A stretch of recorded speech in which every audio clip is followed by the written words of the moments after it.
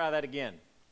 So I believe Jesus is the Son of God is the most significant confession you will ever make.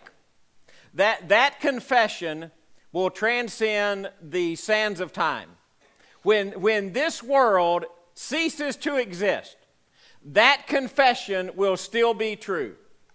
Jesus Christ is the same yesterday, today, and forever. He existed before the world was created, and after this world has gone away, Jesus Christ will still exist, and He will still be the Son of God.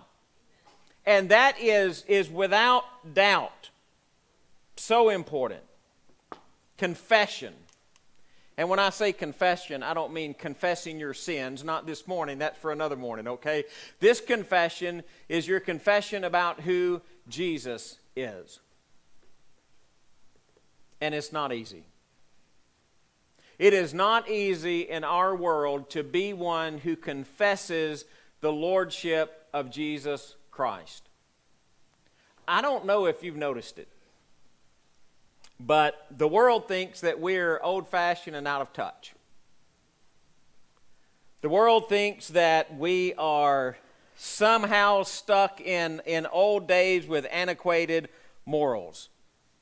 The world claims it has passed us by and we just can't understand it anymore.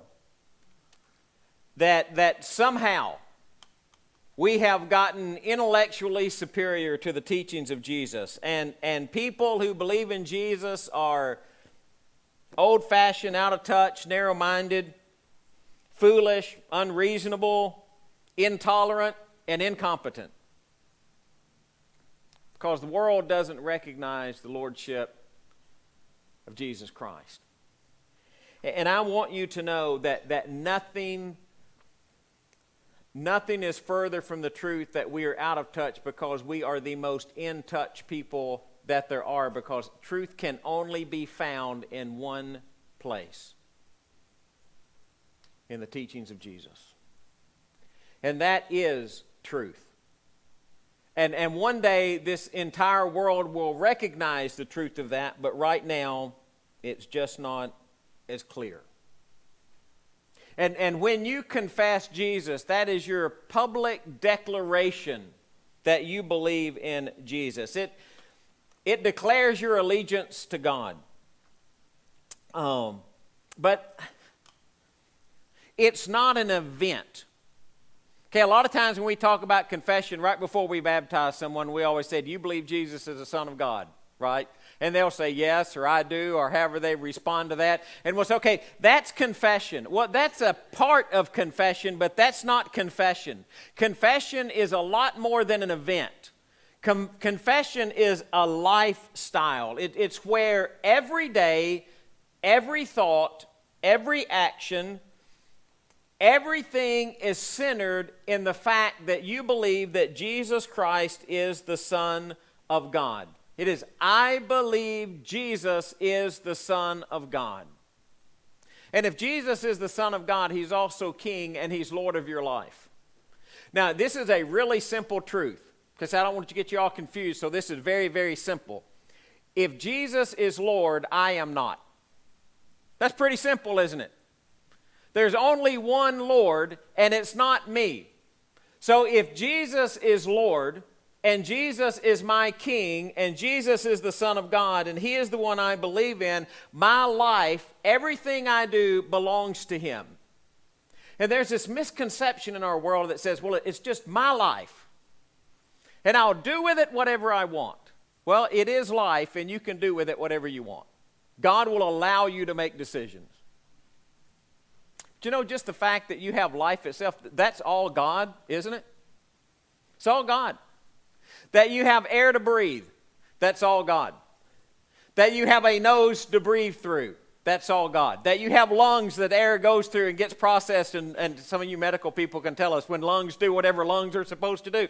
That's all God. Life is God's. He gave it, and it belongs to Him. So when I look at Jesus and I say, Jesus, you are Lord of my life, you are the Son of God, then that means that I am going to take my life and give it to Him. You ever gotten in one of those situations in life when you're kind of stretched, but you didn't know you were putting yourself in a situation to stretch yourself? When I was a teenager at Exchange Street Church of Christ, there was an older man there, and his name was Mr. Carmichael, and I thought Mr. Carmichael was really cool. And Mr. Carmichael later in life got sick. And his wife was they were aged, and she was having a hard time taking care of him, and he was kind of bedridden, and he couldn't get up on his own, and he couldn't do anything. And he had a little bell that he would ring when he needed something, and he would ring the bell, and you go over and you help Mr. Carmichael. And she said, hey, I'm getting really stressed out with all this. I can't get any sleep. I need some people that'll help me. And she was kind of asking the church. And some of us teenagers who thought we really knew everything that was going on, we thought, that'd be a really godly, good thing to do. That's the kind of thing Jesus would do, isn't it? So we said, hey, we'll come help. We'll sit with Mr. Carmichael all night. Man, when I raised my hand and said I'll sit with Mr. Carmichael all night, did I have any clue what I was getting into?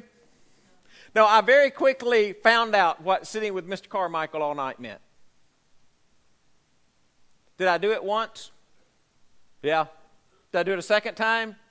Guess what? I did. Why? Why? Because Mr. Carmichael needed help. My comfort zone? Oh, no. No, anything but my comfort zone.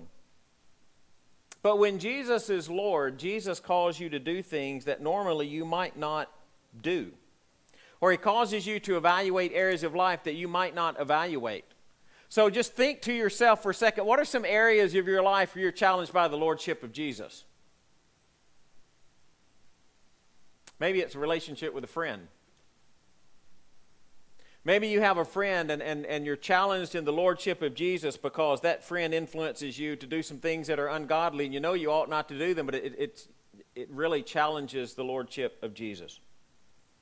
Well, maybe more than a friend, maybe it's a boyfriend or a girlfriend. Maybe it's a relationship with a parent or a child. And I'm not telling you that to dissolve that relationship. What I'm asking you to think about is that a relationship that's spiritually healthy? Is a relationship where you can make a godly decision? And you say, you know what, I'm in a kind of a relationship that it's really hard to make a godly decision. Get some support people around you. Put some people around you that will help you make godly decisions. Not only to influence you, but maybe influence the other person as well. Maybe God is calling you to a specific thing to do. Maybe there's this ministry that God has put in the back of your head, and you think, I really need to do something about so-and-so, and you just can't seem to step out and make that happen. You know it's there, and you know to be involved, but you kind of know he's calling, but you're kind of kicking and screaming the whole time he's calling. Kind of like one of those Moses moments where you say, well, God, I can't do it because of this, I can't do it because of this, and I can't do it because of this. And God keeps saying, no, you can do it. And finally, what did Moses say? Just send somebody else. I don't want to. And sometimes we get there in life. And God is calling us to something, and it's just an area of life that we're challenged. And we're looking at that, and we're thinking, okay, God, how is it that you can shape my life through this? And then it always goes back to that one statement. I believe Jesus is the Son of God.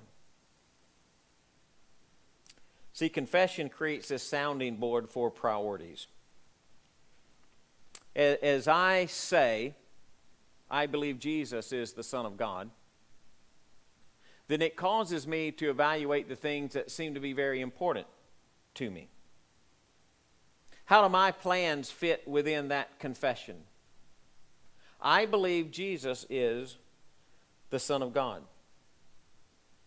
If I believe Jesus is the Son of God, I will make statements like, God, let your will be done. Remember Jesus making that statement to the Father in the garden? God, not my will, but your will. And can you find that moment that you're in your garden and you stop with your life and say, okay, God, it's not what I want, it's what you want. It's not that I am going to be Lord of my life. I am going to allow you to be Lord of my life. Have you ever stopped in prayer and just, whether it was out loud, whether you were by yourself or with a group of people, and you just stopped and you just honestly ask God, what is it that you would like for me to do? God, what door are you opening today? God, who can I talk to today? God, who needs help today? God, who are you going to bring down my path today that needs a kind word or needs an arm around them, or they're going through something difficult in life and they need somebody, or they're looking for a friend, and maybe they're not even looking for a word. Maybe all they're looking for is just a presence, somebody to listen and somebody to care. I believe Jesus is the Son of God. And confession seals our hearts.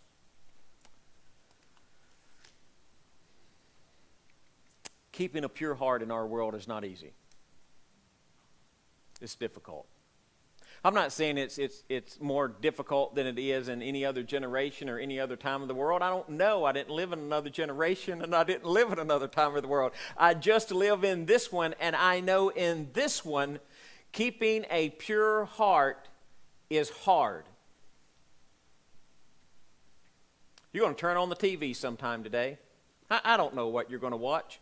And it will be interesting. We could just do kind of a poll right here. This is not in my notes, but is there anybody in here who will not watch TV anytime today? You will not turn a television set on anytime during the day? Anybody in here?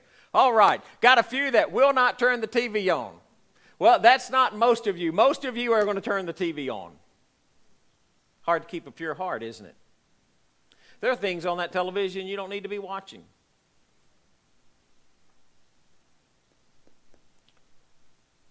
You might turn on the radio. Things on the radio that can keep your heart from being pure. There's this cool little commercial on television. I don't know if you've seen it. I've only paid attention to it the last couple of days. Don't know how long it's been on. And what it says is there is more information on your phone, personal information on your phone, than there is in your house. Well, I mean, they're trying to sell you something. I don't know what it is, okay, but here it is. And I thought about that. Man, is that really true? Is there more personal information on my phone than in my house? And there is, isn't there? And man, do people have the ability to get that off? That's a whole different sermon, right? Any of you have a phone that you're going to look at today? Anybody have a phone, look something like this? Anybody still have a flip phone out there? Dennis, you still got a flip phone? Okay, Dennis, Roger, flip phones. All right, most of us do not have flip phones anymore. Most of us have phones that'll do really a whole bunch of stuff, right? And you're going to get on there today, and guess what? That phone will make it hard for you to be pure in heart. There will be something on there that you don't need to see, or it's going to call you to some place that you don't need to go. It's hard. And man, we could blame it on phones, couldn't we? We could blame it on TV, we can blame it on radio. Then we get down to music. We don't want to talk about music, right? Or maybe then we talk about people. And we say, wow, Greg, if you start thinking about all the things we're going to have to kind of close ourselves in, divide ourselves out, put ourselves in a commune and not talk to anybody else, right? And you'd think, man, that's a great way to do it, except probably the greatest danger to the purity of your heart is yourself, and you can't insulate yourself from yourself. But when you say, not in your head, when you say out loud, okay, this is not an in-the-head statement. This is an out-loud statement. I believe Jesus is the Son of God. That causes you to seal your heart. You're bombarded by all of these influences, and you just need to stop in all of those influences and say, no, but I believe Jesus is the Son of God. And your priorities start to change, and you think, no, because I believe that Jesus is the Son of God. And your desire to do something might change because you say, no, I believe Jesus is the Son of God. And every time Satan throw something at you to get you to go off on a different perspective or a different area of thought, anytime he tries to introduce something ungodly in your life, you say, no, I believe Jesus is the Son of God. It's not just a statement, it's a lifestyle. Billy Graham made a really cool statement one time. He said, there is something about making a public confession that seals it in your heart, confirms it to your friends, and makes it much easier to live the life you have openly proclaimed. And if you make that statement, it refocuses your heart. And it confirms our faith. When I was at West Huntsville in the youth minister, now, I got to give you some backstory, okay? I grew up in West Tennessee. And a lot of people did things in West Tennessee, but in my family, we didn't play golf. We hunt, we fish, we do all kind of things, but we didn't play golf. You know, that just wasn't something that my family did. I can't tell you, as I was growing up, one person in my family who played golf. Okay, that's just not something people from at least my family in West Tennessee did. So I went to West Huntsville to be a youth minister, and guess what? All of those guys there played golf. So I thought, I need to learn how to play golf too. So I got me some golf clubs, and I started going with Tim Logan, and I started going with some other guys to play golf, and it was fun, and you know, you could get in each other's heads, and Don Gross, I used to love to play with Don Gross, because I say, Don, you just can't make that putt, brother, and sure enough, you could talk him right out of it, because that voice in his head convinced him he couldn't make that putt. You know the thing I had more trouble with than anything else? Playing golf. Any golfers in here? Anybody play golf? A couple of you? Hitting over water. Can't hardly hit over water. I hit in the water almost every time. Why? You know, the golf ball shouldn't even get close to the water, right? The golf ball goes in the air. Where's the water? On the ground. Shouldn't have anything to do with one another, right? Dennis, you have a hard time hitting over water? Not anymore, huh? Did you used to? Oh, used to. Why? Why is it, Dennis is pointing at us, said, yeah, that's why you can't hit over water. It has nothing to do with the golf ball or the golf swing. It has to do with, man, there's water out there. I'm probably going to hit in it. And guess what?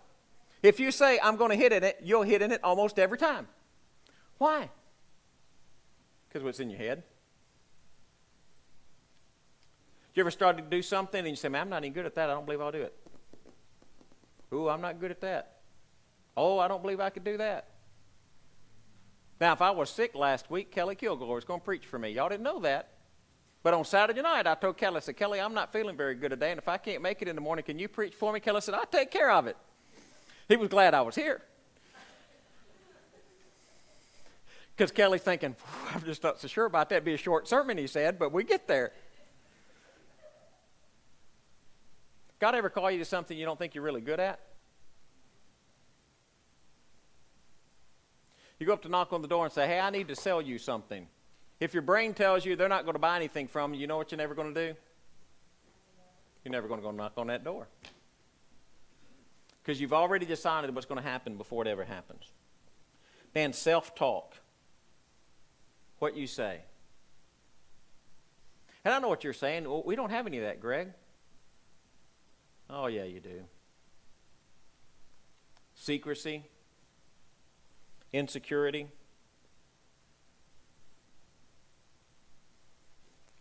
Those voices that we hear in our heads. That voice that says, I don't know why you're going to church. You know you're really not good enough, don't you? That voice that says, you really think God's going to forgive you for all the stuff that you did? That voice that says, you know, if those people really knew what I was like, I don't think they'd like me very much. Or that voice that says, man, if they really knew what I was like, I don't know that they'd let me in. We laugh and say it this way, well, I'd come to church, but if I do, the wall's going to fall in. You know what that is? That's that self-talk that gets in our head where we convince ourselves that we're not worthy of God's love. And guess what? You're not worthy. And you know what makes it okay? I believe Jesus is the Son of God. And that's the kind of statement that confirms your faith. That's the kind of statement that when things get tough and you say, no, I believe Jesus is the Son of God. And again, it's not just a statement, is it? It's a lifestyle. And when you live by that life that confesses the lordship of Jesus Christ, the more you say it and the more you proclaim it, the more that you believe it. And the more that you believe it, the more that you will live it. And you just can't. It can't stay in here. You need to say it out loud. So why don't we? Why don't we? Well, one is fear. Man, fear is a great motivator, isn't it? We're afraid. What are we afraid of? Afraid what somebody else will think of us. You know, they might not like me if they find out that I'm a believer in Jesus.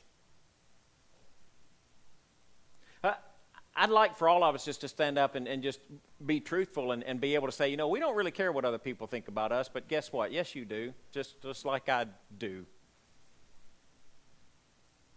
But don't let the praise of men and what men think about you mean more to you than what God thinks about you. I am much more afraid of what God will say about me than what you will say about me. I'm much more motivated by what God will say about me than what you will say about me. I believe Jesus is the Son of God. There will be situations that I get into in life, and somebody might not think much of me because of that confession, but that confession will remain. There may be a time that somebody makes fun of me or ridicules me or says something about me because I believe Jesus is the Son of God. Or pride. Man, pride. Here's a crazy thing about pride. If Jesus has control, I don't. And I don't like that much. I'm just being honest with you. We like to be in control, don't we? We like to be able to make decisions. We like to figure out how everything is going to work. I believe Jesus is the Son of God. I'd like to be able to say, well, I'm worthy of God's love, but I'm not. I'd like to be able to say, you know, I know the best thing to do in every situation, but I don't. I would like to be able to say, I know exactly what my life needs to look like, but I don't.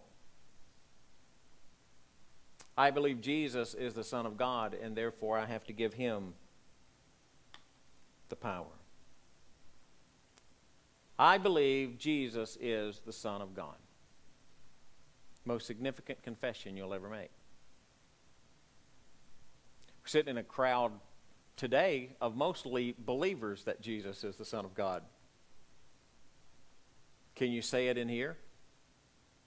I believe Jesus is the Son of God. Whoever acknowledges me before men, not just the church, before men. Can you go out there into the world and say, I believe Jesus is the Son of God? Some of the Jewish leaders wouldn't confess their belief in Jesus because they were afraid they'd get kicked out of the synagogue. The parents of the man who was born blind was afraid to say, yeah, I think Jesus healed him, because they were afraid of what would happen to them.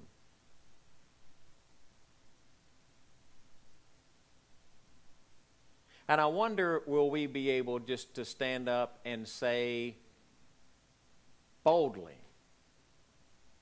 I believe Jesus is the Son of God. Not that it's a statement, but it's a lifestyle. So when you leave tomorrow and you go off to work, and you get to work, and man, you get that first interaction with somebody, it looks like the week's just going to go bad, right?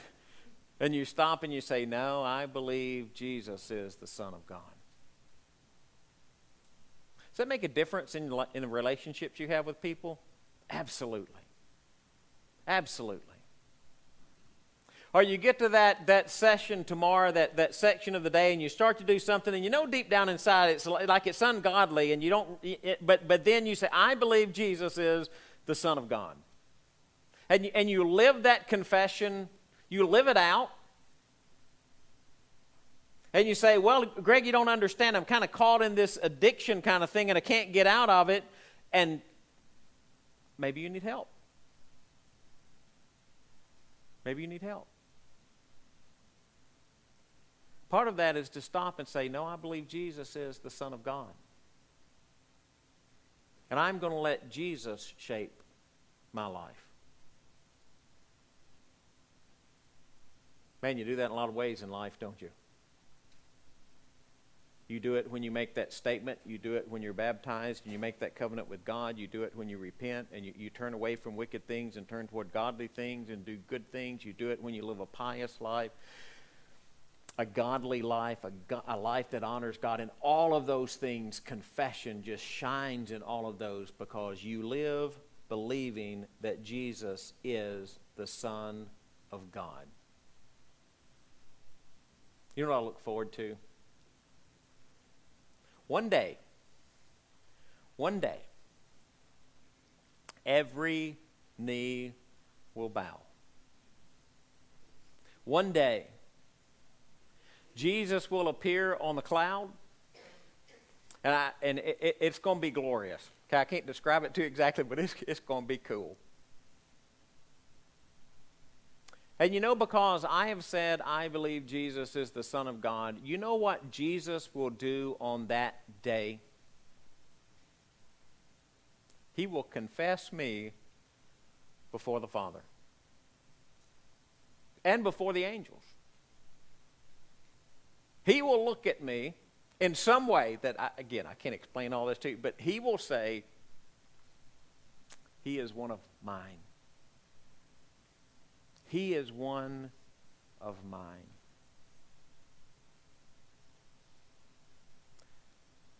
I hope when you leave here today and you go wherever you go tomorrow, whatever it is that you're going to do, that right in the middle of that, this thought can never escape your head. I believe Jesus is the Son of God. Maybe you need to come forward, everybody in this auditorium, and make that confession. Do that. Do that. Maybe you just need to very quietly, very privately, in conversation with God, say, God, I haven't always lived like I believe that Jesus is the Son of God, but that's going to change. And God, I'm going to center my life around your Son and who he is. Maybe it's a conversation you need to have with a friend, or maybe it's a conversation you need to have with a boyfriend or a girlfriend or a spouse or a child or a parent.